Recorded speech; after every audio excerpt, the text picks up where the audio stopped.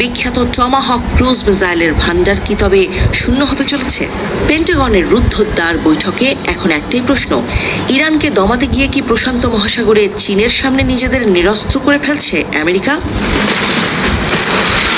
Operation epic ফিউরির প্রথম ৭২ ঘণ্টাতেই Pentagon খরচ করে ফেলেছে ৪০০রও বেশি টমাহক মিসাইল।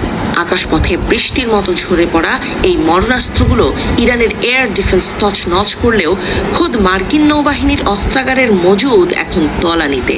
যে গতিতে মিসাইল ছোড়া হচ্ছে সেই গতিতে তা তৈরির সক্ষমতা কি আদৌ আছে মার্কিন অস্ত্র কারখানাগুলোর?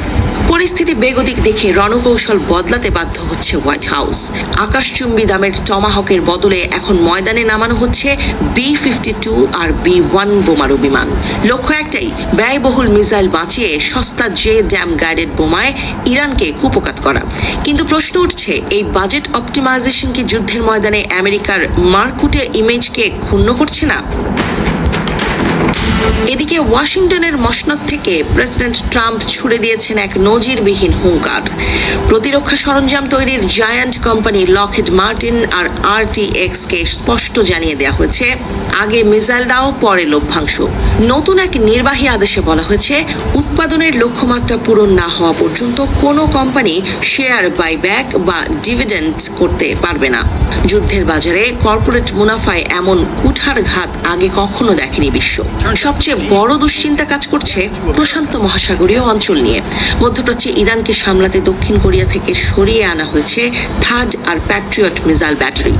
এতে করে উত্তর কোরিয়া আর চীনের সামনে মিত্র দেশগুলোকে কি এক প্রকার অরক্ষিত অবস্থায় ফেলে আসা হলো? জেনারেল ড্যান কেইন সতর্ক করেছেন, আজকের এই অতি ব্যয় আগামীকালের কোনো বড় যুদ্ধে আমাদের হাত বেঁধে ফেলবে না তো? যুদ্ধের উন্মাদনার মাঝে ঘটে গেছে এক ভয়াবহ ট্র্যাজেডি। একটি টমাহক মিসাইল লক্ষ্যভ্রষ্ট হয়ে আঘাত হেনেছে ইরানের এক স্কুল প্রাঙ্গণে। তেহরানের দাবি, ১৭৫ জন নিষ্পাপ শিশুর রক্তে রঞ্জিত হয়েছে রণভূমি। যদিও পেন্টাগন দায় স্বীকার করেনি, কিন্তু ভিডিও ফুটেজ বলছে অন্য কথা। ইরানি ড্রোনের ঝাঁক মোকাবেলা করতে আমেরিকা এখন দ্বারস্থ হয়েছে ইউক্রেনীয় যুদ্ধ বিশেষজ্ঞদের। কয়েক বছর ধরে রাশিয়ার ড্রোনের বিরুদ্ধে লড়াই করার অভিজ্ঞতা এখন কাজে লাগানো হচ্ছে আরবদের মরুভূমিতে। আকাশ প্রতিরক্ষা ব্যবস্থার এই নতুন রসায়ন ইঙ্গিত দিচ্ছে যে প্রযুক্তি যতই উন্নত হোক না কেন, যুদ্ধের ময়দানে টিকে থাকতে হলে এখন অভিজ্ঞতাই শেষ কথা। সংখ্যাতত্ত্বের নিজস্ব একটা গুণ আছে। স্ট্যালিনের সেই বিখ্যাত উক্তিটি যেন এখন পেন্টাগনের গলার কাঁটা। ইরানি প্রতিরোধ হয়তো ভেঙে পড়ছে, কিন্তু আমেরিকার অস্ত্রাগার যে শূন্য হচ্ছে তা বেইজিং এর নজর এড়াচ্ছে না। ইরান যুদ্ধের এই জয় কি তবে ভবিষ্যতের কোনো বড় পরাজয়ের বীজ বপন করছে?